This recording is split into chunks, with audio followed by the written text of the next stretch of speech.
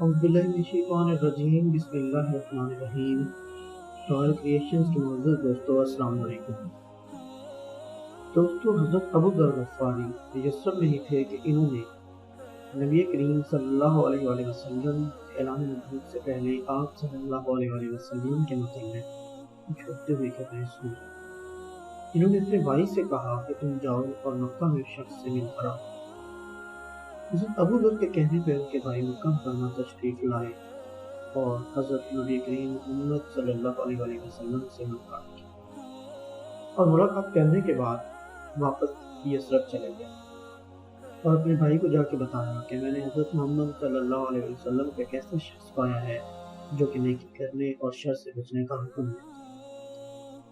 تو حضرت ابو ذر کو اپنے بھائی کی بات سے کوئی خاطر خواہ تسلی نہ ہو، بالآخر انہوں نے خود مکہ جانے کا فیصلہ کیا اور پیدل سفر کر کے مکہ مکرمہ پہنچے۔ دوستو حضرت ابو ذر کو حضور نبی کریم صلی اللہ علیہ وآلہ وسلم کی شناخت نہیں تھی، کیونکہ وہ پہلے کبھی آپ صلی اللہ علیہ وآلہ وسلم سے نہیں ملے تھے، لہٰذا انہوں نے نہ ہی کسی سے دریافت کیا بلکہ سیدھا کعبۃ اللہ میں تشریف لے گئے اور آب زمزم پی کر خانہ کعبہ میں لیٹ گئے۔ اتنی دیر میں حضرت علی رضی اللہ عنہ خانہ کعبہ میں تشریف لائے اور انہوں نے پاس کھڑے ہو کے کہا کہ مجھے کوئی یہ مسافر لگتا ہے۔ تو حضرت ابو ذر بولے ہاں۔ تو حضرت علی نے کہا کہ چلو آپ میرے ساتھ میرے گھر چلو اور رات میرے پاس قیام کر لیں۔ دوستو نہ ہی حضرت علی نے حضرت ابو ذر سے کچھ پوچھا اور نہ ہی حضرت ابو ذر نے حضرت علی کو کچھ بتایا۔ رات گزر گئی، صبح ہوئی، حضرت ابو ذر خانہ کعبہ تشریف لے گئے۔ کیونکہ حضرت محمد صلی اللہ علیہ وآلہ وسلم سے ملنے کی جستجو تھی، مگر ابھی تک کسی سے کچھ دریافت نہیں کیا تھا۔ اتنی دیر بعد دوبارہ حضرت علی رضی اللہ عنہ خانہ کعبہ میں تشریف لائے تو وہاں حضرت ابو ذر کو پایا۔ آپ نے پھر پوچھا کہ لگتا ہے آپ کو آپ کی منزل نہیں ملی؟ اس پر حضرت ابو ذر نے کہا جی ہاں، مجھے میری منزل نہیں ملی۔ تو حضرت علی نے کہا کہ آپ آج بھی میرے پاس رک سکتے ہیں۔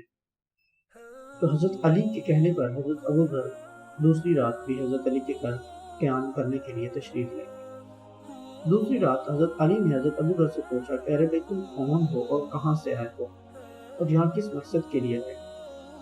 تو حضرت ابو ذر نے حضرت علی سے کہا اگر تم راز رکھو تو میں بتا دیتا ہوں۔ تو حضرت علی نے وعدہ کیا۔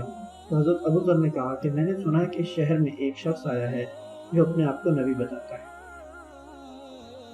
میں نے اپنے بھائی کو بھیجا تھا کہ وہ یہاں آ کر کچھ تسلی بخش بات لے کر، لیکن مجھے اس کی بات کی کوئی تسلی نہیں ہوئی، اس لیے میں خود چلا آیا۔ حضرت علی نے کہا تم خوب آئے اور خوب ہوا کہ مجھ سے ملے۔ دیکھو میں انہیں کی خدمت میں جا رہا ہوں، میرے ساتھ چلو، میں پہلے اندر جا کر دیکھوں گا اور اگر اس وقت ملنا مناسب ہوگا تو دیوار کے ساتھ لگ کر کھڑا ہو جاؤں گا، گویا ایسے کہ جیسے جھولا درست کرنا۔ الغرض حضرت ابو ذر حضرت علی کے ساتھ حضور نبی کریم صلی اللہ علیہ وآلہ وسلم کی خدمت میں حاضر ہوئے اور عرض کیا کہ یا رسول اللہ مجھے بتائیں اسلام کے بارے میں۔ تو حضور نبی کریم صلی اللہ علیہ وسلم نے اسلام کے بارے میں حضرت ابو ذر کو بتایا تو حضرت ابو ذر اسی وقت مسلمان ہو گئے۔ نبی کریم صلی اللہ علیہ وسلم نے فرمایا کہ اے ابو ذر تم ابھی اس بات کو چھپائے رکھو اور اپنے وطن واپس چلے جاؤ، جب تمہیں ہمارے ظہور کی خبر مل جائے تب آنا۔ تو حضرت ابو ذر بولے با خدا میں تو دشمنوں میں اعلان کر کے جاؤں گا۔ اتنے میں حضرت ابو ذر خانہ کعبہ کی طرف آئے، سب قریش جمع تھے، انہوں نے سب کو بآواز بلند کلمہ شہادت پڑھ کر سنایا۔ قریش نے کہا اس بے دین کو مارو، لوگوں نے انہیں مارنا شروع کر دیا۔ اتنے میں حضرت عباس آ گئے، انہوں نے جب انہیں جھکا دیکھا تو کہا کم وقتو یہ قبیلہ غفار کا آدمی ہے جہاں تم تجارت کرنے جاتے ہو اور کھجوریں لاتے ہو۔ لوگ ہٹ گئے۔ اگلے دن انہوں نے پھر سب کو سنا کر کلمہ شریف پڑھا، لوگوں نے اور حضرت عباس نے کو چھڑایا۔ اس دن مکہ میں قیام کے بعد حضور نبی کریم صلی اللہ علیہ وآلہ وسلم نے ان کو ان کے گھر واپس ہونے کا حکم دیا اور فرمایا کہ میں ان قریب یثرب ہجرت کرنے والا ہوں، اس لیے بہتر ہے کہ تم یہاں سے چلے جاؤ اور اپنی قوم کو جا کر اسلام کی تبلیغ کرو، شاید اللہ ان کو ہدایت دے اور وہ سیدھے راستے پر آ جائیں، اسے تمہیں بھی اجر ملے گا۔ آپ کا ارشاد پاتے ہی روانگی کی تیاری شروع کی اور وطن واپسی کا سفر شروع کرنے سے پہلے اپنے بھائی انیس سے ملے۔ انہوں نے پوچھا کہ کیا کر رہے کہ آئے ہو؟ تو جواب دیا کہ میں دار اسلام میں داخل ہو گیا۔ یہ سننے میں آپ کے بھائی نے بھی اسلام قبول کیا۔ یہاں سے یہ دونوں بھائی تیسرے بھائی انس کے پاس پہنچے، وہ بھی ان کی دعوت اسلام دینے پر مشرف با اسلام ہوئے۔